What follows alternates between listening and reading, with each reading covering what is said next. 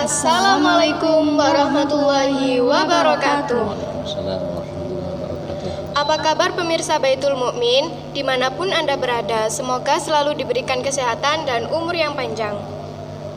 Kali ini kita akan membawakan topik yang sangat menarik dan dengan narasumber yang sangat luar biasa, yaitu beliau adalah Bapak Ainul Yakin. Assalamualaikum Pak Yakin. Waalaikumsalam warahmatullahi wabarakatuh. Sebelum itu bolehkah perkenalan dulu kepada pemirsa Baitul Mukmin? Terima kasih Mbak Keira dan Mbak Kanza ya. Teman-teman dari remaja Masjid Baitul Mukmin, alhamdulillah sangat semangat sekali ya. Mudah-mudahan acara podcast ini menjadi media dakwah, pembelajaran bagi kawan-kawan remas ya, yang nantinya akan menjadi penerus dakwah di Masjid Baitul Mukmin ini. Ya, sebelum ini kita mulai, saya perkenalkan dulu ya, saya adalah salah satu dari nadir di Masjid Baitul Mukmin ini ya.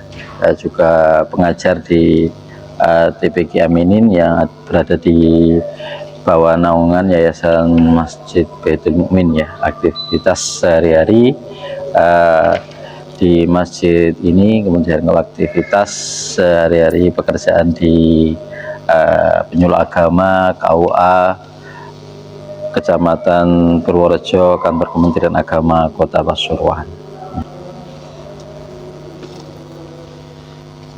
Kami ingin bertanya Pak Yakin, bagaimana dulu Pak Yakin dididik sehingga Al-Quran sampai masuk bisa menjiwai dalam diri Pak Yakin?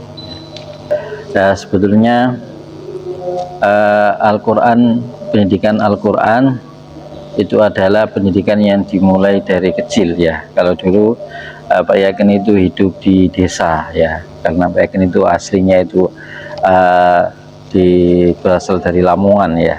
Dan di desa Lamongan pelosok yang tidak ada, waktu itu masih kecil ya, belum ada listrik ya, tapi meskipun belum ada listrik waktu itu, mengaji itu sangat semangat sekali ya.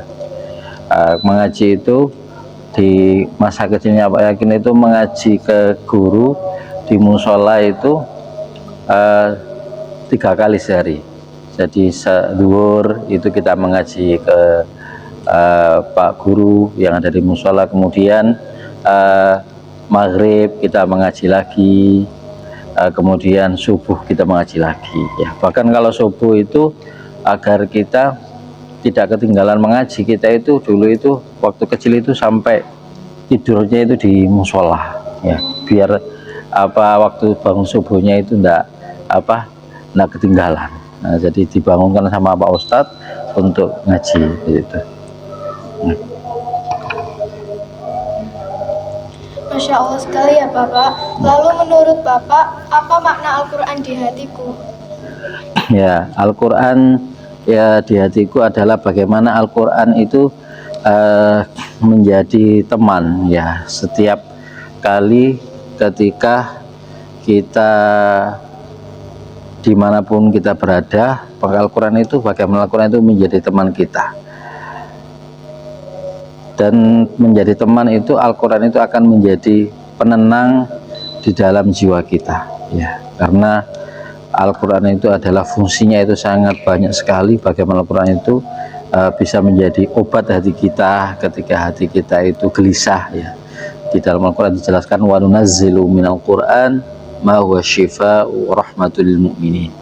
Dan kami turunkan Al-Quran itu adalah sebagai obat bagi orang-orang mukmin.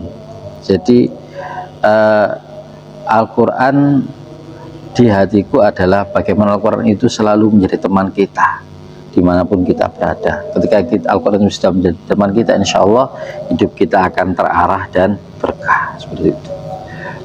Karena sabda Nabi yang lain adalah khairukum man ta'allamal Quran wa 'allamah.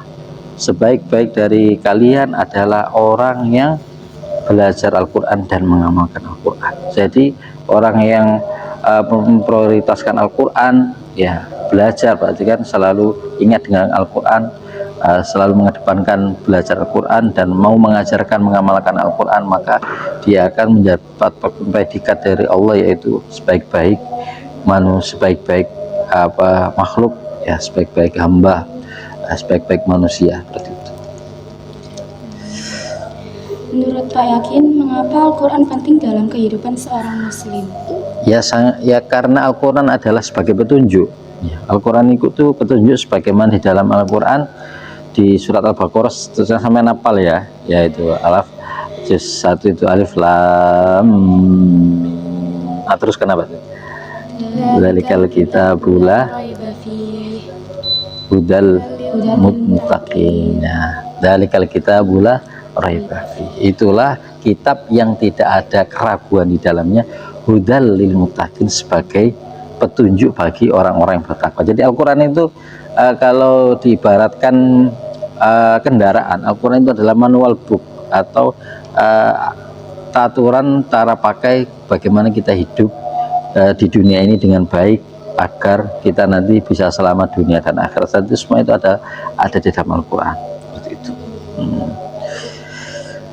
Nah, itu. Bagaimana cara menumbuhkan rasa cinta kepada Al-Quran? Cinta itu bisa tumbuh ketika kita sering bersama, ya. Sampean dengan temennya akrab itu kan karena apa? Karena sering bersama, sering bertemu. Nah, makanya untuk generasi-generasi muda, remaja ini, untuk menumbuhkan Al-Quran adalah sering bersama Al-Quran. Sering bersama Al-Quran contohnya apa? Setiap hari diusahakan mengaji. Nah, karena Al-Quran itu adalah mukjizat. Ya, kadang kita membaca saja Al-Quran itu meskipun tidak tahu artinya, tapi hati kita itu merasa tenang. Seperti contoh dengan mendengar orang yang membaca Al-Quran dengan suara yang merdu, apa yang dirasakan? Kayak adem rasanya, meskipun sampai tahu artinya. Tidak tahu, kata kita. Itulah mukjizat Al-Quran. Itu. Jadi sering bersama Al-Quran, insya Allah akan menjadi tumbuh rasa cinta terhadap Al-Quran, seperti itu. Keterkaitan Al-Quran dengan keseharian kami sebagai muslim menurut Bapak sepenting apa perannya? Al-Quran sebagai seorang muslim tadi itu yang di awal, jadi seperti Al-Quran adalah manual book, aturan atau tata tertib, ya, yang harus kita lakukan. Nah, seperti contoh di dalam Al-Quran kita dilarang untuk berbuat keji, ya, dilarang untuk saling menolong, tolong-menolong di dalam keburukan. Nah, itu adalah ada di dalam Al-Quran. Di dalam Al-Quran kita disuruh untuk senantiasa saling nasihat menasihati, seperti contoh di dalam surat Al-Asr, ya, wal asri innal insana lafi khusr, ya, dan demi waktu asar, innal insana lafi khusr, ya, sesungguhnya manusia itu dalam kecelakaan, illal ladzina amanu, kecuali orang yang beriman, wa amilus sholihat, dan orang-orang yang beramal soleh, ya, wa tawasau bil haqqi wa tawasau bis sabr, ya, dan orang-orang yang saling menasihati di dalam kebaikan dan kesabaran. Itu adalah tuntunan, ya, tuntunan Al-Quran. Jadi Al-Quran itu menuntun kita untuk senantiasa bagaimana hidup kita ini adalah selalu dalam rambu-rambu kebaikan. Nah, itu kaitannya dengan kehidupan kita. Bapak, kalau berkenan, bisakah bagi tips ke kami cara menumbuhkan rasa cinta kepada Al-Quran? Nah, tadi, jadi cara menumbuhkan cinta kepada Al-Quran adalah Al-Quran sering dibaca, ya.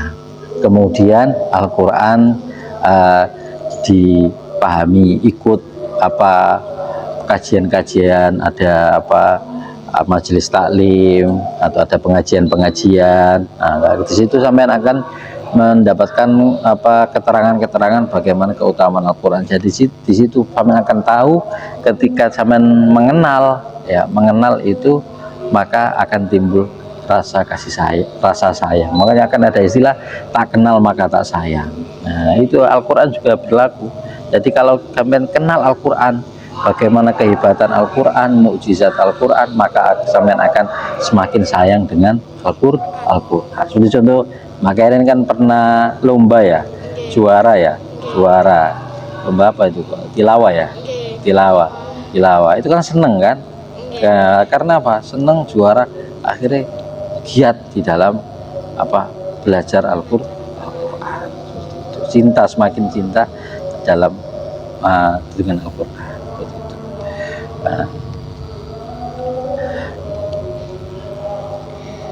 Apa pengaruh Al-Quran terhadap akhlak seseorang? Al-Quran sangat berpengaruh ya terhadap akhlak seseorang ya. Kalau orang itu semakin paham Al-Quran, kemudian dia mengamalkannya, maka dia akan menjadi orang yang baik. Nah, seperti contoh tadi di dalam Al-Quran yang saya contohkan di surat Al-Asr tadi ya, kita diperintahkan untuk wa'amilus sholihat, kita disuruh untuk beramal soleh, kemudian kita amalkan ya. Kita bukan hanya dicintai oleh Allah, tetapi kita juga dicintai oleh manusia. Teman beramal baik, teman-teman senang tidak teman sampean? Senang ya, beramal baik dengan tetangga senang tidak? Kawan ataupun yang lain senang lah. Itu adalah salah satu tuntunan Al-Quran, salah satu contoh yang perilaku. Ada juga Al-Quran itu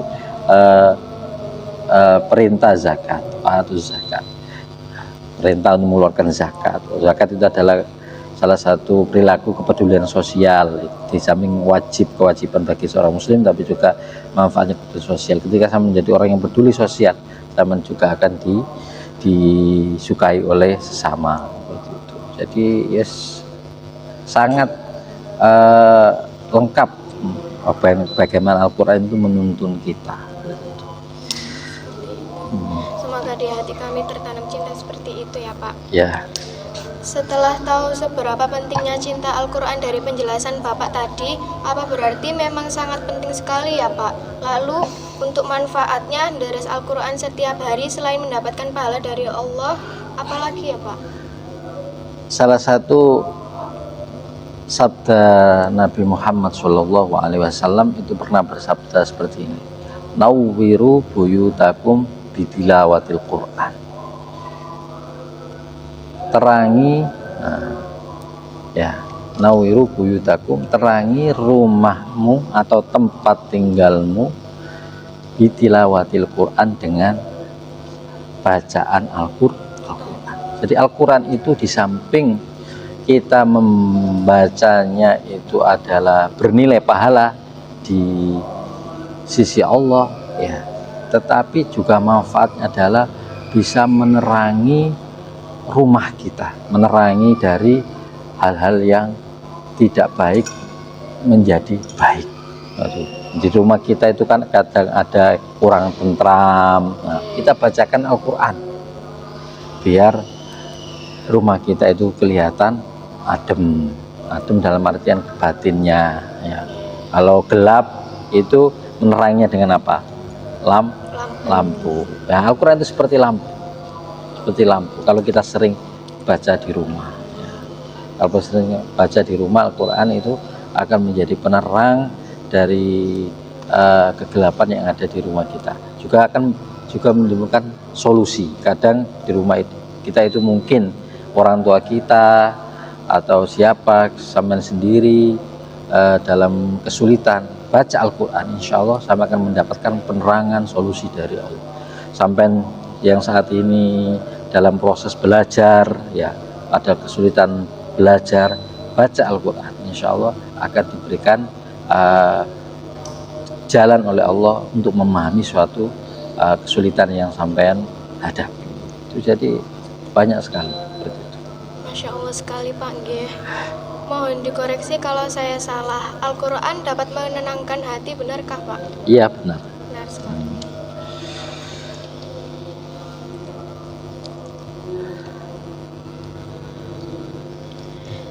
Selama ini kami masih belajar membaca, menghafal, dan tidak seberapa memahami isi kandungannya.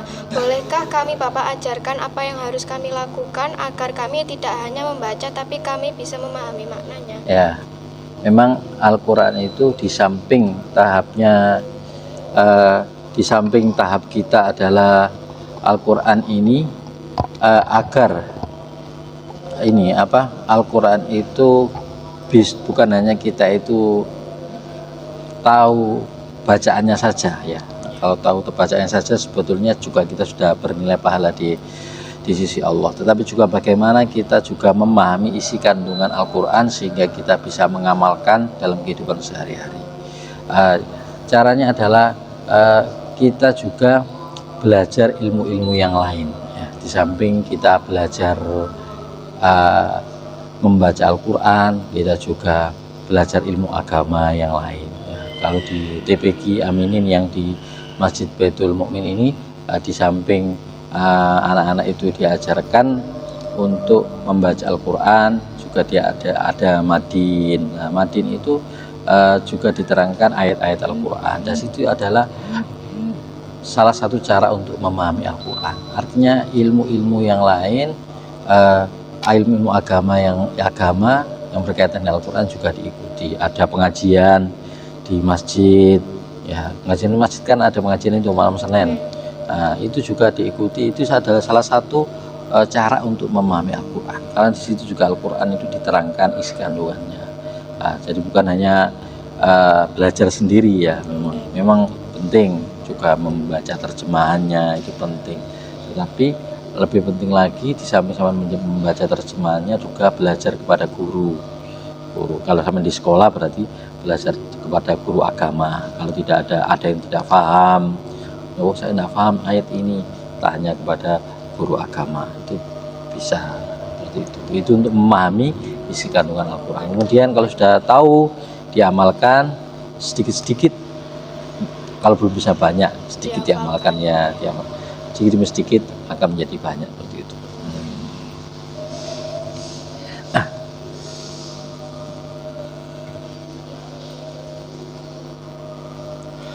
Bagaimana Al-Quran dapat menjadi motivasi bagi seorang pelajar? Al-Quran menjadi motivasi bagi orang pelajar adalah ya, kalau saat ini Al-Quran itu bagian dari nilai prestasi ya. Kalau di sekolah itu kan Al-Quran sebagai ini bisa menjadi nilai prestasi ya. Siapa yang menghafal Al-Quran ini maka akan mendapatkan nilai sekian. Itu juga bisa menjadi motivasi bagi seorang pelajar. Tetapi di samping ada nilai motivasi, Al-Quran jadi motivasi bagi seorang pelajar adalah bahwa seorang pelajar harus meyakini bahwa Al-Quran itu akan membawa kesuksesan dalam dirinya.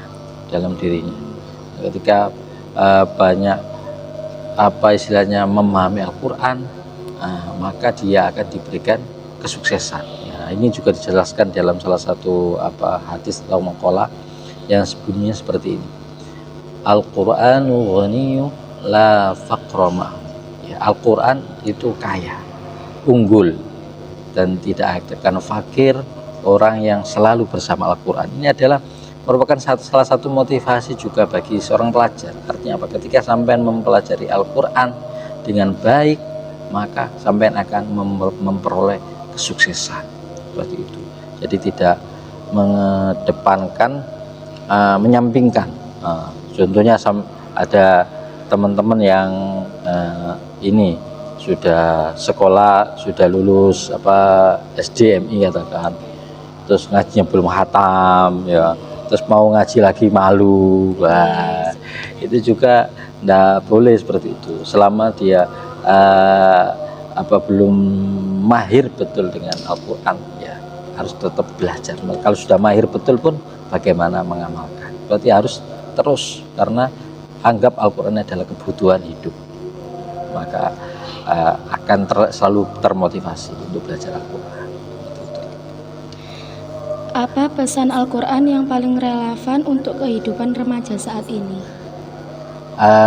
Al-Quran pesan paling relevan ya, relevan bagi kehidupan seorang remaja bahwa siapa yang belajar Al-Quran ya, sabdanya Nabi tadi itu adalah juga pesan yang paling relevan yang saya baca tadi itu, khairukum man ta'allamal Qur'an wa 'allama. Itu adalah juga pesan yang sangat relevan bagi seorang pelajar, bahwa sampean sebagai seorang pelajar itu jangan pesimis ketika belajar Al-Quran.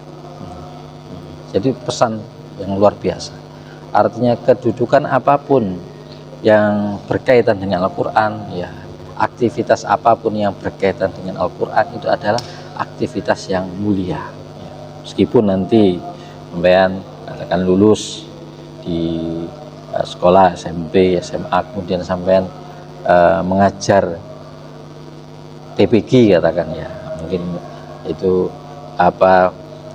dianggap dari karir itu kurang istilahnya wah ya, karena bisaronya juga enggak banyak, tetapi itu suatu kedudukan yang luar biasa menurut Kanjeng Nabi dan menurut Allah Subhanahu wa taala. Dan khairukum, mendapatkan gelar sebaik-baik manusia, khairukum, sebaik-baik manusia. Bapak, bolehkah kami diberi nasihat agar kami bisa meniru keseharian Bapak yang Masya Allah sangat menjiwai Al-Quran? Ya sebetulnya ya tidak terlalu menjiwai juga, biasa-biasa saja. Cuman karena kita ini setiap hari itu kan berkecimpung di masjid, ya, terus anak-anak juga banyak yang membutuhkan kita di dalam belajar Al-Quran. Jadi pesannya adalah ketika sampean sudah bisa baca Al-Quran, ya, meskipun itu tidak mahir, itu diamalkan. Meskipun sampean nanti itu hanya bisanya alif ba ta katakan ya, hanya bisa membaca huruf hijaiyah, tetapi ada orang yang membutuhkan ilmu sampean, maka sampean ajarkan adiknya, tetangganya, insya Allah akan menambah keberkahan, karena ilmu itu jika diajarkan akan bertambah, ya. Beda dengan kalau secara materi ya, kalau uang 1000 dikurangi 100 jadi berapa? 900. Nah, kalau ilmu tidak, ilmu itu jika diajarkan maka akan semakin paham, semakin bertambah. Jadi menjadi seorang remaja itu jangan pernah pesimis, jangan pernah malu di dalam belajar Al-Quran. Jadi harus semangat terus untuk belajar Al-Quran, karena Al-Quran itu ya harus yakin bahwa Al-Quran itu akan menjadi petunjuk di dalam kehidupan kita untuk menjadi orang yang selamat dunia sampai akhirat, seperti itu. Menurut Bapak, bagaimana cara menjaga agar Al-Quran tidak hanya berada di lisan, tetapi juga di hati dan perilaku? Nah, jadi bagaimana Al-Quran itu kita bukan hanya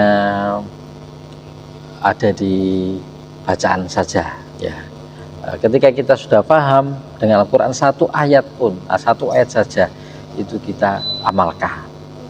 Seperti tadi saya kembali contohnya satu saja tadi itu ya. Satu dari surat Al-Asri tadi itu, beramal soleh, kemudian beriman pada Allah berarti ya, kemudian beramal soleh berarti ya kepada Allah, ya kepada manusia, kemudian watawasau bil haqqi, saling menasihati ya, antara satu dengan yang lain. Jadi itu adalah salah satu contoh yang lengkap, hanya satu surat itu contoh yang lengkap bagaimana kita Al-Quran itu bukan hanya ada di lisan kita, tetapi kita tahu saya tahu artinya ini. Kemudian ada lagi ayat itu wa ta'awanu 'alal birri wat taqwa wa la ta'awanu 'alal ismi wal 'udwan, ya. Dan tolong menolonglah kamu di dalam kebaikan dan jangan tolong menolong di dalam keburukan. Nah, itu termasuk salah satu ayat Al-Quran. Nah, kalau kita bagaimana itu tetap di hati kita, kita amalkan. Jadi pokoknya sampai tahu apa sedikit, meskipun hanya sedikit, itu diamalkan. Insya Allah Al-Quran akan selalu di hati kita. Jadi intinya Al-Quran itu sering dibaca. Insya Allah akan diberikan kefahaman, akan diberikan tuntunan oleh Allah untuk bisa faham.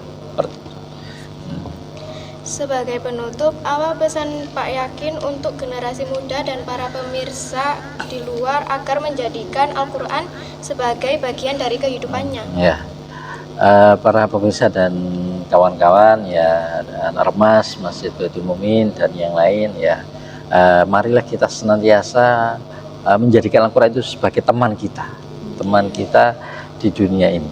Ya, teman kita artinya apa? Bagaimana Al-Quran itu menjadi dekat dengan kita ya. Setiap hari kita baca ya. Meskipun kita tidak bisa membaca banyak, 1 juz katakan, setiap hari kita bisa baca 1 lembar, kita baca 1 lembar.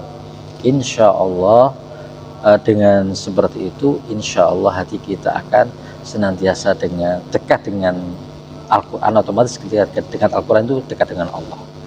Ketika hati kita itu dekat dengan Allah, maka hati kita itu selalu berzikir kepada Allah. Kan ketika hati kita sudah selalu berzikir kepada Allah, hati kita akan tenang. Nah, di dalam Al-Quran itu alladzina amanu wa tatma'innu qulubuhum bizikrillah.